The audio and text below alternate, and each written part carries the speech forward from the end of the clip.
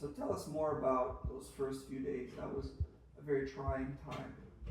Um, Tell us about your family and your friends in your church, how they came around you to support you.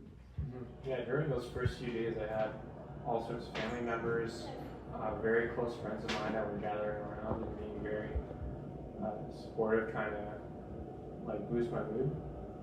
Um, I remember very distinctly on the second day, my best friend Jude was there with me.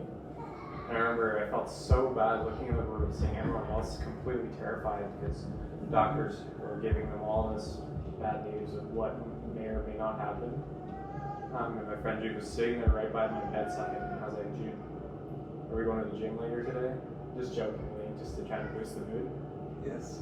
Because I remember during that time in the hospital, although it was a really traumatic event,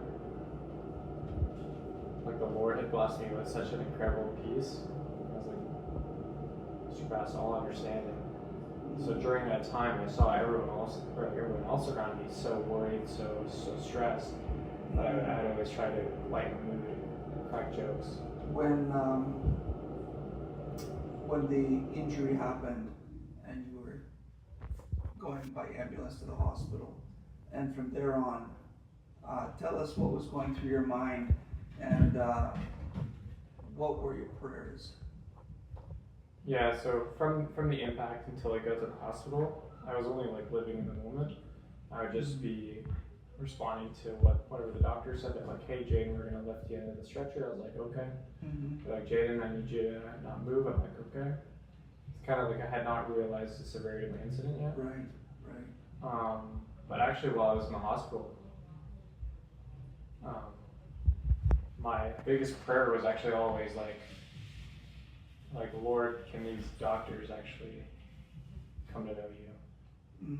Because actually every single chance I got, I always try to tell them like the doctor trying to clean me up a little bit or change which side I'm laying on.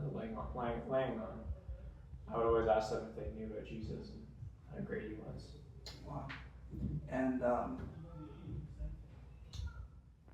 how long were you in the hospital? I was in the hospital for 2 weeks and 5 days. Wow. Yeah. 2 weeks and 5 days with a life-threatening fall. Yeah, they had told my parents that they expected me to be in there no less than 2 months. Wow. And during that recovery time, I remember getting different updates from your mom and from your dad, specific prayer requests. Pray that Jaden's bleeding will stop. And I remember praying specifically for that. And tell us what you remember about that. Yeah, so I mentioned that for the first 6 days I was on standby for that surgery. But on that 6th day, they realized the bleeding had completely stopped. Wow.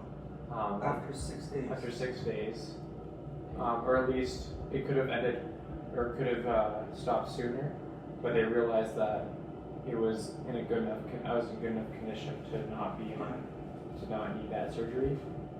So here you are in the hospital with skull fractures, 10 skull fractures, and bleeding in your brain or around your brain. And were you still kept in a brace at that time, or? I can't remember how long I had a neck brace on for. I think it might have been for the first day or two. But then as soon as they found out my neck wasn't broken, they took the brace right off. And they had to keep you awake. Yeah. Tell us about that experience. Yeah, every half, for the first, I think, 4 days, every half an hour they had to check in. They had to ask me, run me by all these questions, what color is the stop sign? So they were checking to see if you were cognitively aware. Yeah, and then following that, they would increase the increments, and eventually they started waking me every hour, and then every 2 hours, and then 3 hours, and then 4 hours. So you could sleep for up to 4 hours at a time. Yeah, but even when I had that opportunity to sleep for 4 hours, I had such terrible headaches. It I'd never be able to sleep for more than about half an hour, Wow. because that's about how long the pain medications would last. But even during the first 6 days, I wasn't allowed to have any pain medications. So that time I almost had no sleep for the first 6 days. Wow. And then towards the end of your hospital stay, what were some of the goals you had to meet before they could discharge you? Actually, I'm not quite sure, because I believe after the 2-week mark, they said that they could have had discharged me then. But they wanted to, instead of discharging me, they wanted to transfer me hospitals, because they said they wanted to try and figure out how I survived from that accident. Wow. So they transferred me from a general hospital to a university hospital in the same city, Yes. into the neurology program, and the head neurologist of that program kind of took me in as like a case study, and Yes. had people assigned to me doing I had to do all these little programs, all these studies, getting CT scans every day. Yes. They wanted that question answered: how did he survive? And actually, when they discharged me on the 5th day in that hospital, they gave no reasoning to it. They just said, "You're ready to go home." Wow. So your dad, no, you're not picking up today. Yes. And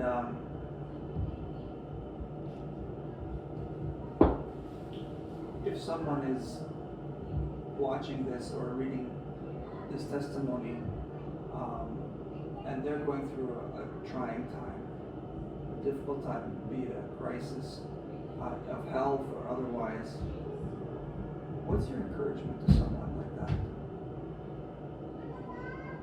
My encouragement is that the Lord uses all things for the good of His kingdom, and that I can look back now and see that this accident, although it felt like I was walking through the valley of the Lord Shadow of death.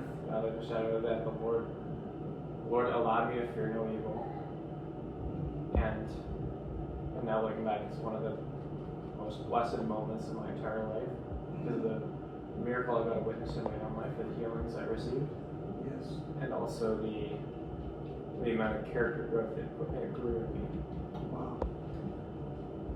Tell us about the time when you were discharged and you were able to come home for the first time. I was very ecstatic. I started getting a little tired of being in the hospital. I was ready to get it. I was ready to kind of continue with life. And although I couldn't continue with many of the things and many of my hobbies I had before,